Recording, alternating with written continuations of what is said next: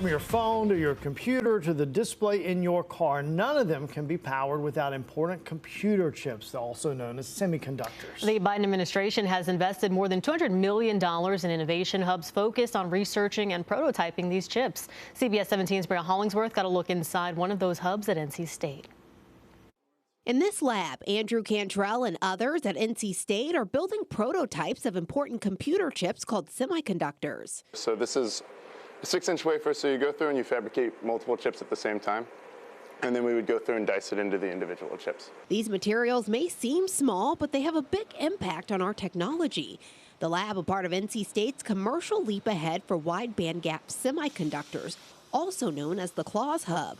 It's one of 8 regional innovation hubs funded by the CHIPS and Science Act. Spiros Pavlidis is a professor at NC State's Department of Electrical and Computer Engineering and says these chips are critical to our future. Sitting down in front of your computer trying to access the internet, you'd find these chips in those types of settings. If you get into your car these days and you want to navigate to a particular location, you're going to need the power electronics to facilitate the movement. They're also used in smartphones and even military fighter jets.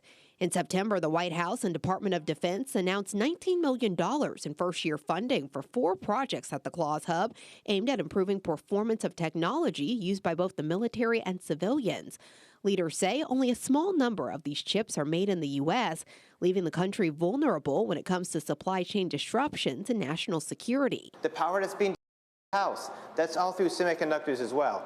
If we lose sort of the position we are in the world to get these kind of chips, to manufacture these kind of chips, a lot of these things we take for granted are going to be much more difficult. At the Claus Hub, it's not just about research, but building up a workforce. Going through my PhD at NC State would allow me to both kind of be in that traditional pipeline and like learn the process. We can work closely with graduate students, with undergraduate students, as well as even high schoolers.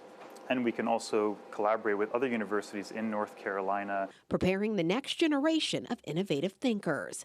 At NC State, Bria Hollingsworth, CBS 17 News.